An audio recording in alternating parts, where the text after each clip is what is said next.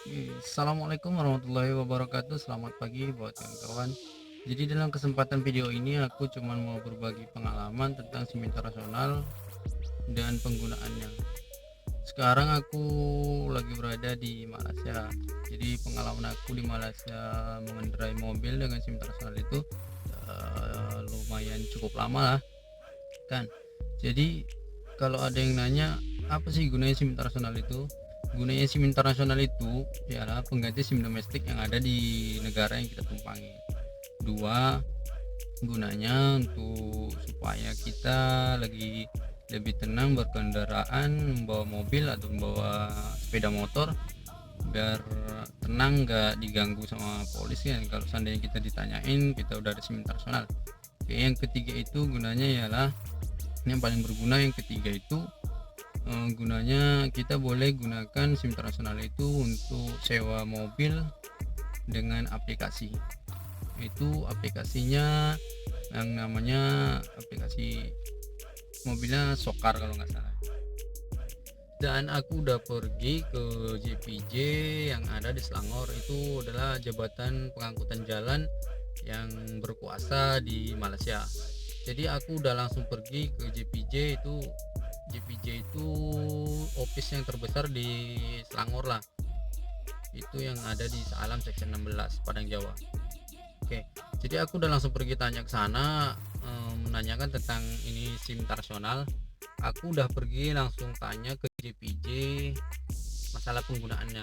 Jadi JPJ bilang itu, pas aku tanya, Cik, kalau aku punya SIM internasional boleh nggak aku bawa mobil, bawa kereta kalau di Malaysia kan, bawa kereta dekat Malaysia. Terus Pak Cik cakap, boleh, ini pakai aja, nggak ada masalah, mau pakai dimanapun di Malaysia nggak masalah. Pasal kita udah ada perjanjian tentang surat izin mengemudi internasional. Oke, jadi aku udah lega pas aku tanya, Pak Cik cakap boleh. Terus aku tanya, gak ada itu cop ke atau apa dari JPJ? JPJ cakap itu nggak ada, kita tinggal pakai aja langsung. Jadi kita udah tenang kalau kita udah punya SIM internasional itu. Jadi setelah beberapa hari kemudian aku bawa mobil dan aku ditahan trafik. Di sini aku lumayan lumayan jantungan lah. Jadi time aku ditahan itu polisnya cuma tanya, dia cuma cek rotek atau pajak kendaraan, terus dia tanya SIM aja. Dia cek, habis itu dia tanya paspor, dia cek SIM internasional ini, dia cek paspor aku semua hidup, dia cek rotek aku hidup, dan oke, dia cuma cek, dia kasih bebas, kasih jalan. Dia cakap oke, nggak ada masalah. Oke. Terus beberapa minggu kemudian aku ditahan trafik lagi. Yang pertama tadi trafik bawa mobil, terus yang kedua aku ditahan oleh trafik naik motor.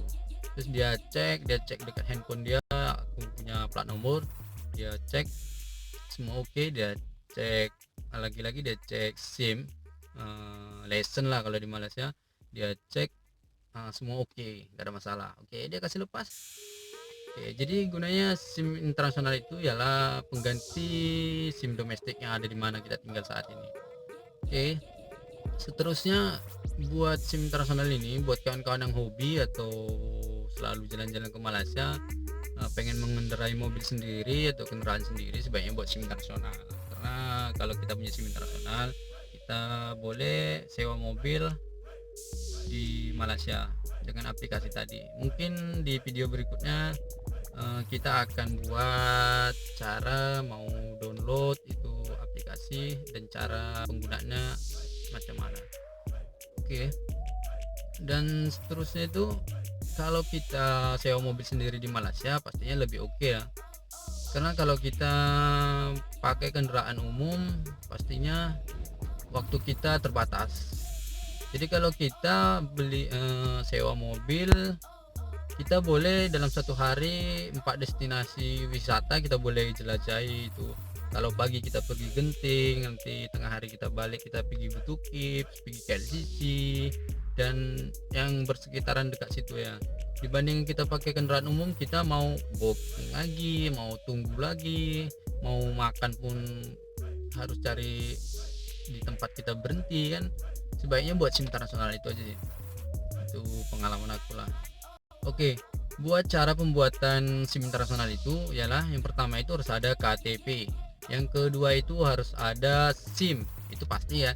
Yang ketiga lebih pasti itu harus ada paspor, karena nggak mungkin buat SIM nggak ada paspor, SIM internasional kalau nggak ada paspor, karena buat SIM internasional mau kemana kan gitu. Terus yang keempat harus bawa foto 4x6 backgroundnya warna biru. Terus harus pakai kemeja dengan dasi. Kalau buat perempuan itu harus pakai blazer, biasa dibilang blazer ya, blazer ke apa yang buat perempuan lah, kalau laki-laki kan dasi. Oke, yang kelima itu materai 6.000 satu lembar. Oke, tadi itu harus difotokopi ya, KTP, paspor, dan SIM itu harus difotokopi minimal ya 2 lembar 3 lembar. Oke, jadi buat pembuatan SIM itu sangat mudah, kita cuman isi berkas, cuman itu aja sih, nggak ada lain, testing nggak ada, pembuatannya pun sangat singkat, dalam 15-20 menit macam itu ya.